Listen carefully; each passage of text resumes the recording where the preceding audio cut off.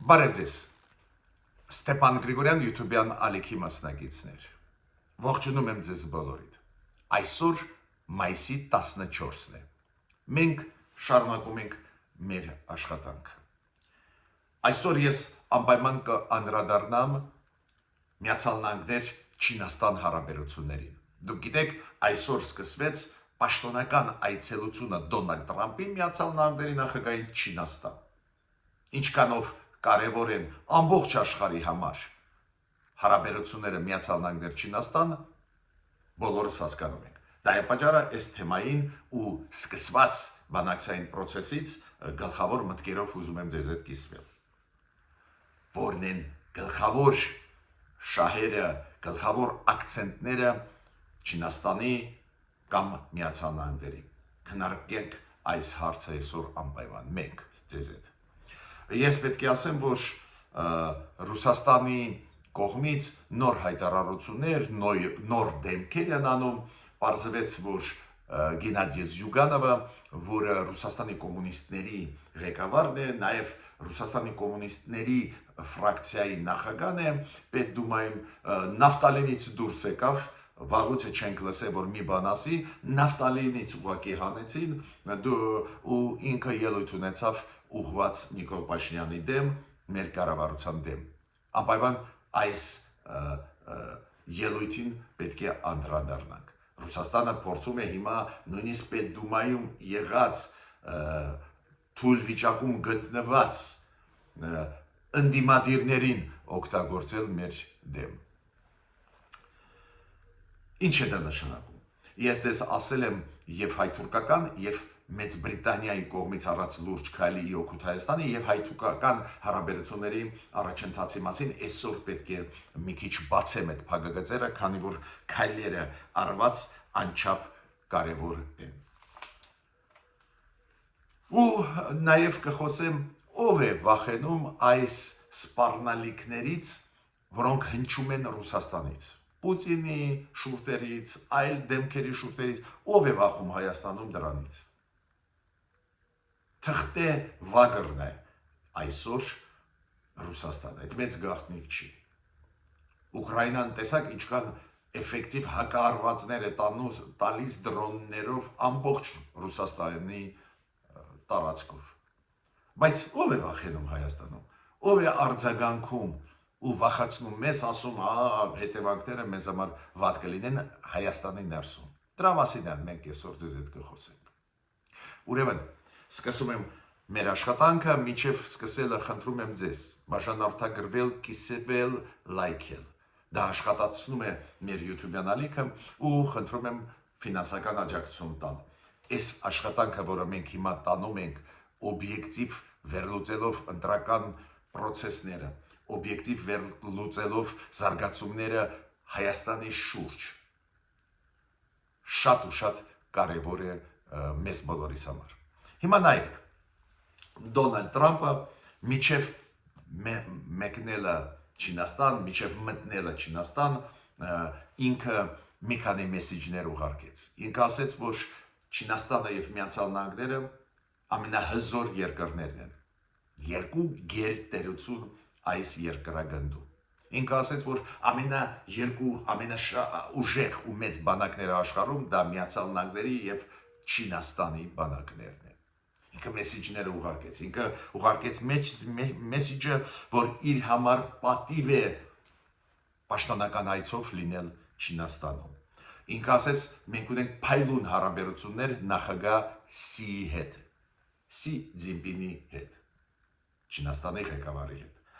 Այնպես մեսիջները ուղարկեց։ Պետք է ասեմ, որ չինացիք շատ լավ ընդունեցին, Սի Ցզինպինը շատ լավ ընդունեց Դոնալդ Տրամփին, ես կասեի այդպես շքեղ ընդունելություն էր, ու սկսվեցին բանակցություններ, միջև բանակցություններ շատ կարճ խոսեցին Դոնալդ Տրամփը եւ Սի Ցզինպինը, պարզեց Սի Ցզինպինի համար Թայվանը շատ կարևոր է, Թայվանի նեղուցի հարցը շատ կարևոր է, դա է պատճառը, որ միջև բանակցությունների սկիզբը Սի Ցզինպինը խոսեց նաև այդ հարցից, շատ կարճ 2-3 րոպե խոսեցին Թրամփը եւ Սի Ցզինպինը ասեց, որ Թայվանի նեղուցում, խաղաղություն հաստատելը, ունենալը շատ կարևոր բաղադրիչն է Միացյալ Նահանգներ Չինաստան հարաբերությունները։ Դոնալդ Տրամպը իր կարճ ելույթում նշեց կարևորությունը, որ Չինաստանի շուկան բացվի Միացյալ Նահանգների հզորների համար,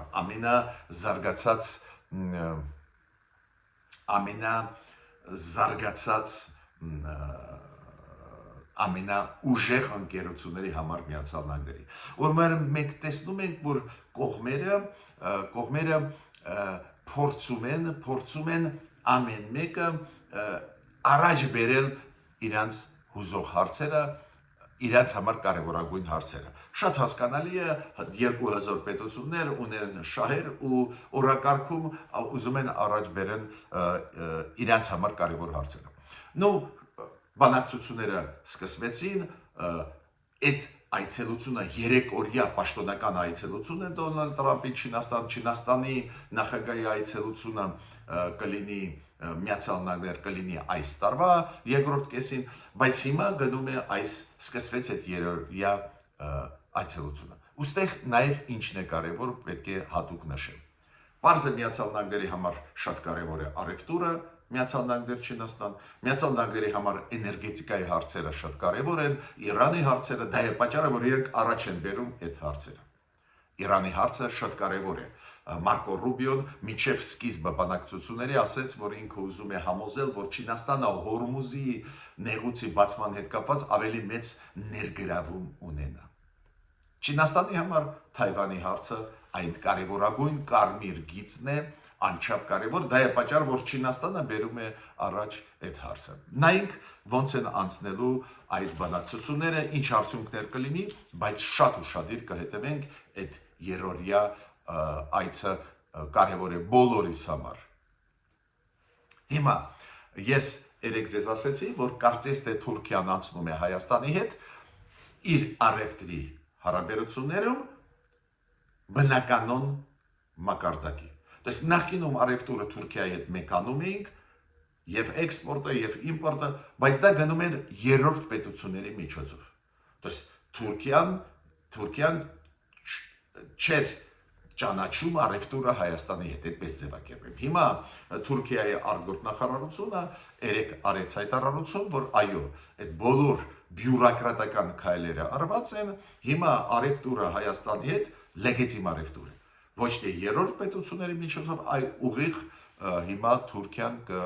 տանի առևտուրը Հայաստանի հետ ու դա կֆիքսի։ Օրինակ, Թուրքիան ուղարկում է ապրանք, չի գրում Վրաստան, գնում, հետո մտնում է Հայաստան։ Ոչ, գրում է ապրանք, գնում է Հայաստան։ Դա լավ քայլ է դրական ու մեր արտգործ նախարարությունը արձագանքեց։ Ողջունեց այդ քայլը Թուրքիայի կողմից, որ դա այն շրջանակի մեջ է, որ հայ-թուրքական հարաբերությունների նորմալացումը, կարգավորումը գնում է առաջ, բայց շատ լավ բան գումարեցին մեր արտգործ նախարարության հայտարարության մեջ մերոնք։ Շատ լավ մաս, որ ինչ է նշանակում, որ Թուրքիան հիմա ուղղակիորեն առևտուր է անում Հայաստանի հետ, ճանաչում է Հայաստանը որպես կողմ այդ առևտրի։ Դա նշանակում է, որ մյուս քայլը պետք է լինի սահմանի բացում եւ դիվանագիտական հարաբերությունների հաստատում։ Շատ տեղին մերոնք դա գումարեցին։ Մյուս հարցը շատ կարևոր, որի մասին ակնարկ արեցի երեք, այսօր ուզում եմ զարգացնել։ Դուք գիտեք, Մեծ Բրիտանիան, Եվրոմիությունը, Միացյալ Նահանգները սանկցիոն քաղաքականություն են վարում Ռուսաստանի դեմ, բայց այդ սանկցիոն քաղաքականությունը մեծամասամբ, գրեթե 100%-ով կապված է Ուկրաինայի հարցի հետ։ Ագրեսիայի Ռուսաստանի Ուկրաինայի դեմ ու դրա պատճառով Մեծ Բրիտանիան, Եվրոմիությունը լրջագույն փաթեթներ ընդունում են Ռուսաստանի դեմ, սանկցիոն քաղաքականություն են վարում։ Հիմա առաջի անգամ է, որ Մեծ Բրիտանիան սանկցիան կիրառեց Ռուսաստանի դեմ կապված Հայաստանի հարցի հետ։ Դա կապված է նրա հետ, որ Ռուսաստանը այս ընտրարշավի ժամանակ ակնհայտ միջամտում է մեր ընտրությունների մեջ, ակնհայտ սպառնալիքներ ուղարկում է կառավարության դեմ ու Մեծ Բրիտանիան կիրառեց հիմա սանկցիաներ այն ընկերությունների, ովքեր այս արշավում Հայաստանի դեմ մասնակցում են, եւ ընկերությունները, եւ անձերը։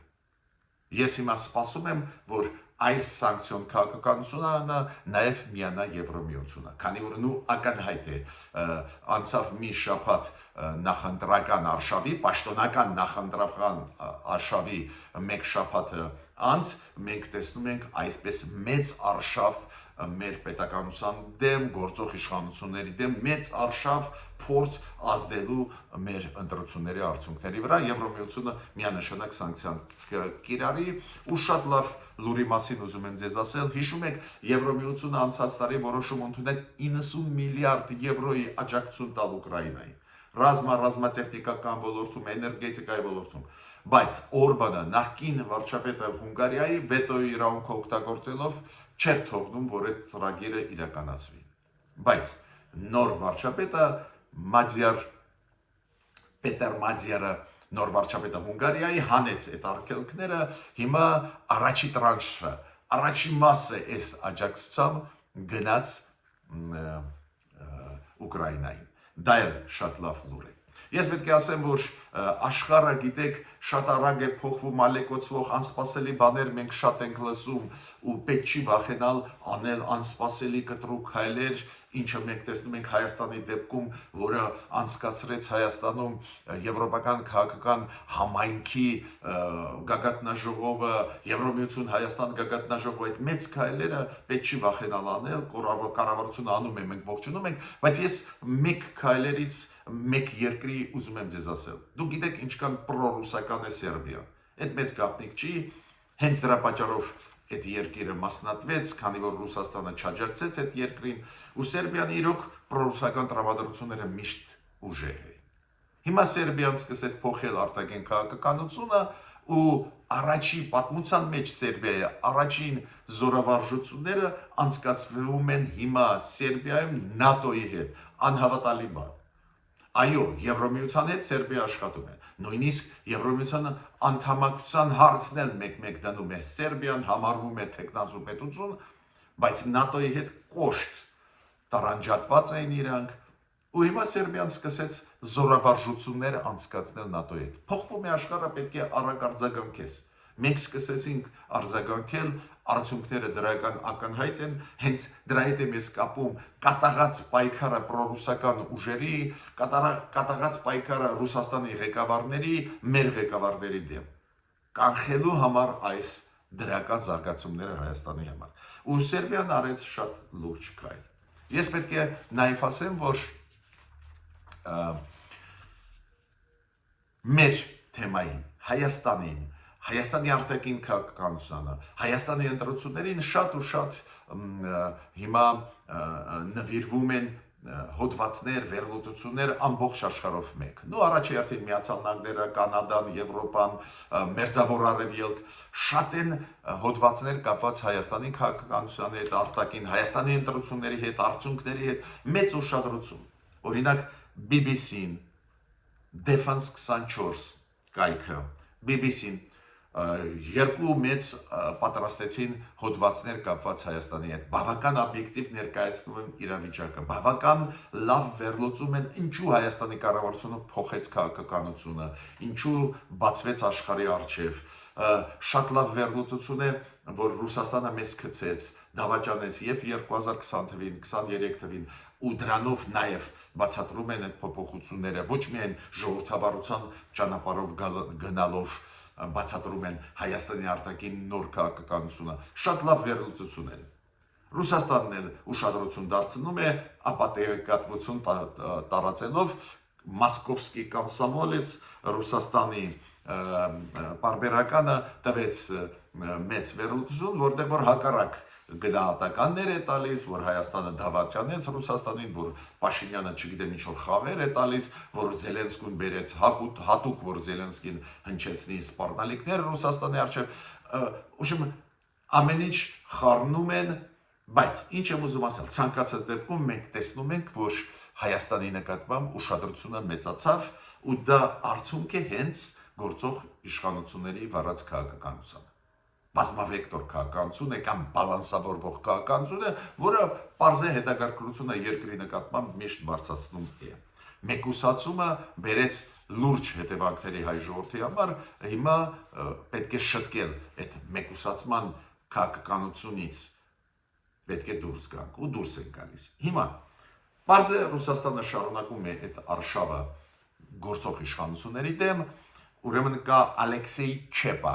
պատգամավոր, որը մեծ ինտերվյու տվեց այդ Պետդումայի պատգամավոր Ռուսաստանի, որը այս սաղ նարատիվները ռուսական բերեց առաջ, որ Եվրոպան ուզում է Ռուսաստանին հանի Հարավային Կովկասից, որ Հայաստանի կառավարությունը էս անում, այն անում, այս չեմ կրկնի, բայց պարոն Ալեքսեյ Չեպան մի միտք բերեց դաշտ քաղաքական, որը շատ մտահոգիչ է։ Հիշում եք Կոնստանտին Զատուլինը մի քանի օր առաջ ասեց, որ ցանկացած դեպքում ընտրություններից հետո, եթե վերընտրվում է Նիկոլ Փաշինյանը, Ռուսաստանը չպետք է ճանաչի լեգիտիմությունը այդ ընտրությունների։ Ալեքսեյ Չեպան առաջ է գնում, ինքը ասում է ոչ միայն չճանաչենք այդ ընտրությունները, անպայման պետք է ամեն ինչ անենք, որ հետ ընտրական լարված վիճակ լինի Հայաստանում։ Ու ինքը ասում է հիմքեր կան, ժողովուրդը դժգոհ է Նիկոլ Փաշինյանի քաղաքականությունից, ժողովրդի տարբեր հատվածներ պատրաստ են իր դեմ կռվել, լարվածություն մտցնում է Նիկոլ Փաշինյանի քաղաքականությունը։ Կոպիտ ասած հույս ունեն, որ հետընտրական ծանր process-ներ կլինեն Հայաստանում։ Դա կոչվում է պլան B։ Եթե պրոռուսական ուժերը չընտրվեն, իմ կարծիքով շանս չկա, կվերընտրվի Նիկոլ Փաշինյանը, զարգացումները ցույց են տալիս։ Այրենք ասում են այդ դեպքում պետք է հետընտրական լարված վիճակ լինի, որ լեգիտիմությունը այդ process-ի խաթարվի, որ Նիկոլ Փաշինյանը նույնիսկ եթե ընտրվի, լինի շատ թույլ, ոչ լեգիտիմ։ Վտանգավոր մտքեր են, շատ վտանգավոր, այդ սցենարին պետք է մենք պատրաստ լինենք։ Ես կասկած չունեմ, որ նորմալ կանցնեն ընտրությունները, ոչ մի հիմքեր չեն լինի բողոքի ակցիաներ անել ընտրություններից հետո, բայց իշխանությունը պետք է այդ սցենարներին պատրաստ լինի։ Իդեպ ասեմ ձեզ Մոլդովան։ Դուք գիտեք, ես դեռ գտնվում եմ Բուխարեստում, այդ շատ կարևոր միջոցառմանը, որտեղ երեք մենք կիսվեցինք մեր փորձով, մոլդովացիք, իրանց փորձով, բուլղարացիք, հիշում եք Բուլղարիայի ընտրությունները մի քանի ժամանակ, մի քանի օր առաջվա, պարզ է ռումինացիք իրենց փորձով կիսվեցին մեզ հետ, շատ լուրջ քննարկում էր ու մոլդովացիք ասեցին, որ իրենց մոտ էլ այդ պահը կար նախագահական ընտրություններից ավարտից հետո, որ այդպես անել, որ չճանաչվեն այդ ընտրությունները, լեգիտիմությունը պրոռուսական ուժերը ուզում էին մեծ հավաք անցկացնել ընտրություններից անմիջապես հետո մյուս օրը, բայց չստացվեց, մարդիկ չկան, քանի որ մաքուր էին ընտրությունները, խախտումներ չկային, կոպիտ ինչ-որ բաներ չկար, բռնություն եւ այլն։ Բայց այս վտանգի մասին պետք է մտածենք։ Այդ վտանգավոր սցենարները պետք է կանխվեն։ Հիմա Զյուգանով։ Ես ասացի ձեզ Ռուսաստանը դադար չի տալիս մեզ, ամեն օր նոր խաղացողներ մտնում են խաղի մեջ, Գենադի Զյուգանովը դա Ռուսաստանի կոմունիստական կուսակցության ղեկավարն է, շատերս մոռացել ենք իր մասին, քանի որ ինքը ելույթներ չի ունենում, հիմա չգիտես ինչու ելույթ ունեցավ։ Դե Պուտինը պարզ է իրան ասեց ելույթ ունեցի, քանի որ ինքը Պետդումայում գլխավոր ընդդիմադիրն է, Ռուսաստանը ուզում է մեզ ցույց տալ, որ տեսակ ոչ միայն Պուտինն է, պրոիշխանական ուժերն են Նիկոլ Փաշինյանի դեմ, նաև Ռուսաստանի ընդդիմությունը։ Ուրեմն ինքը կոմունիստական կուսակցության ղեկավարն է, նաև կոմունիստական կուսակցության Պետդումայում ֆրակցիայի ղեկավարն է։ Ու Գենադի Զյուգանովը ասեց, որ պետք է դադարեցնել Փաշինյանին ընդունել Մոսկվայում։ Բավական կտրուկ հայտարարություն արեց, ինքը ելույթ ունեցավ Պետդումայի ամբիոնից։ Դա ինտերվյու չէր ինչ-որ թերթի։ Պետդումայի ամբիոնից Գենադի Զյուգանովը ասաց, որ Նիկոլ Փաշինյանին չպետք է հրավիրել եւ ընդունել Մոսկվայում։ Ինքը տվեց ամբիոն Զելենսկուն, որը սպառնացել է մեզ, սպառնալիք ուղարկել է մեզ, որ հարվածներ կտա Կրեմլին, մեզ համար սուրբ օրվա հետ կապված։ Քանի որ մայիսի 9-ին հաղթանակի օրվա կապակցությամբ, հիշում եք Զելենսկին գտնվելով Երևանում մայիսի 4-ին ինտերվյուներից մեկում ասեց, որ այո, Մոսկվան կարող է սպասել, որ մայիսի 9-ին Մոսկվա կհասնեն մեր ԱԹՍ-ները, մեր ուկրաինական դրոնները։ Նո, այդ սպառնալիք էր, որ եթե դուք մեզ ռմբակոծում եք ու Ռուսաստանը լայնամասշտաբ ռմբակոծություններ արեց Ուկրաինայի հենց մայիսի 4-ին, 5-ին, 6-ին ու Զելենսկին ասեց, այդ դեպքում մենք էլ կպատասխանենք ու կարմիր հրապարակ կուղարկենք աթեստներ։ Հիմա Զյուգանով ասում է, ինչի հայերը տվեցին այդ ամբիոնը Զելենսկուն, ու դա է պատճառը, որ Փաշինյանին պետք չի ընդունել, ու մեզ համար սուրբ օրը մայիսի 9-ի օրը սուրբ օր է, հաղթանակի օր է, ինքը ասում է այս ձևի սպառնալիքներ մենք լսեցինք, ուրեմն վատ արեց Փաշինյանը։ Ավելին ինքը ասեց, որ Հայաստանի վարչապետը ինքը նվաստացրեց Ռուսաստանը եւ վիրավորեց Ռուսաստանը, նվաստացրեց եւ վիրավորեց Ռուսաստանը այդ իր քայլերով, որ Զելենսկուն հրավիրեց, միջդեռ մենք պետք է նշեինք ու նշեցինք այս ձևի հաղթանակի օր մայիսի 9-ը մեզ համար սուրբ օր։ Ինչ եմ ուզում ասել, այս ձևի մեսեջներ հիմա Պետդումայի ընդդիմադիր ֆրակցիայի կողմից պարզ է ճնշում է մեր հասարակությունների վրա, որ վախենան մարդիկ գնան պրոռուսական ուժերը ընտրեն։ Ես ձեզ ասեմ, որ Պետդուման այս 2 օր առաջ ընդունեց նոր օրենք, որի համաձայն Ռուսաստանը ավելի հեշտ կարող է մտցնել զորքերը այլ պետություններ։ Ռուսաստանում կա օրենք, որի համաձայն ֆիքսված է, որ դեպքերում Ռուսաստանը կարող է զորքեր մտցնել այլ երկիր։ Կոպիտ ասած զորքերը օգտագործել Ռուսաստանից դուրս։ Հիմա հեշտացված է այդ կարգը, մտցվում են կետեր, որոնց համաձայն ավելի հեշտ է մտցնել զորքեր այլ երկրներ։ Այդ ակնարկ է նաև մեր ուղղությամբ, բայց ճիշտ է ձեզ ասեմ, վախենալ պետք չի, քանի որ Ռուսաստանը հիմա իրան պետք է պաշտպանի, դուք գիտեք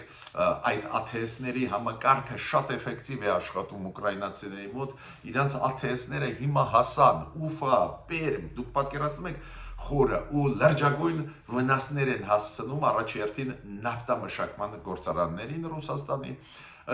դուք հիշում եք մինչև մայիսի 9-ը, մայիսի 8-9-ին Ուկրաինան էլ համաձայնվեց զինադադարի, բայց մինչև մայիսի 8-ը հիշում եք ATS-ների հակահարվածները Ուկրաինայի բերեցին նրան, որ Ռուսաստանում, եվրոպական մասում բոլոր օդանավակայանները չէին աշխատում, ուրեմն Ռուսաստանը թուլացած վիճակում է, վախենալ պետք չի, ուրիշ բան է, սխալ է անում Ռուսաստանը, որ մեզ սպառնում է, սխալ է այդ քայլերը անում, վախենալ պետք չի,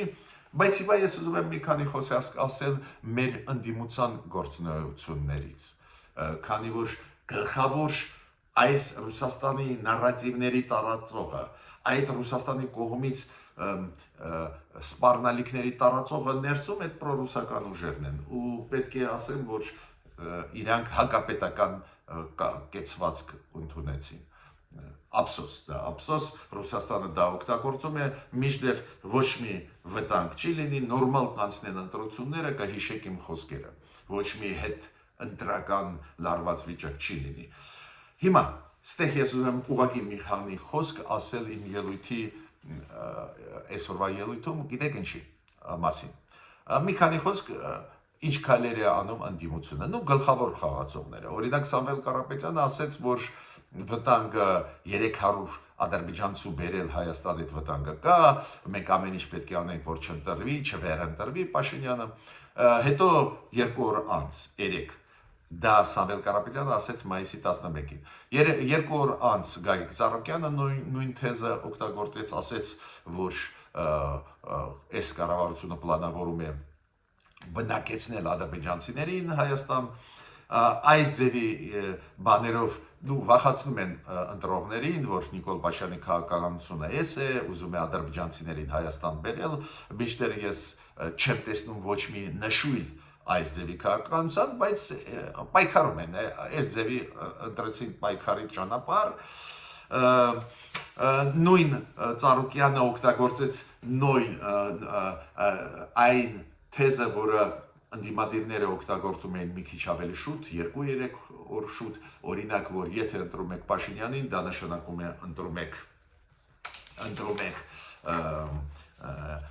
Իլհամ Ալիևին, ընդդիմադիրները թիրախավորում են այս թեմաները։ հայ-ադրբեջանական թեմաները, ադրբեջանի ցիների հնարավոր վերադարձի թեման, այն թեման, որ իբր Ալիևը ունի մեծ ազդեցություն Նիկոլ Փաշինյանի վրա, այս վախերի վրա իրանք խաղում են, բացի դրանից, այո, ընդդիմադիրները նաև օգտագործում են վախերը կապված Ռուսաստանի արձագանքի հետ Նիկոլ Փաշինյանի նկատմամբ կամ Ռուսաստանի քննադատական դիրքորոշմանը Նիկոլ Փաշինյանի նկատմամբ, օրինակ Ռոբերտ Քոչարյանը, երբ որ իրան երեք հարցրեցին, այ Ռուսաստանի պաշտոնյաները, Պուտինը, այլ պաշտոնյաներ իրար հետևից հայտարարություններ են անում, քննադատում են Նիկոլ Փաշինյանին, սպառնալիքներ են ուղարկում, ինքը ասեց, որ հետևում է այդ հայտարարությունների Ռուսաստանի պաշտոնյաների եւ Ռուսաստանի գործիչների ու ասում է դա լուրջ հետևանքների կբերի, բացասական, ինքը նույնիսկ ռուսերեն ասեց, մալը не покажется, կոպիտ ասած, որ հետևանքները ծանր կլինեն Հայաստանի համար, то есть ընդդիմությունը օգտագործում է այդ ճնշումը Ռուսաստանի օգտագործում է ու շարունակում է վախացնել մեր հասարակությունը հետևանքներով, ես պետք է ասեմ, որ ոչ մի հետևանքներ չի լինի, Ռուսաստանը շատ նման է թղթե վագրի,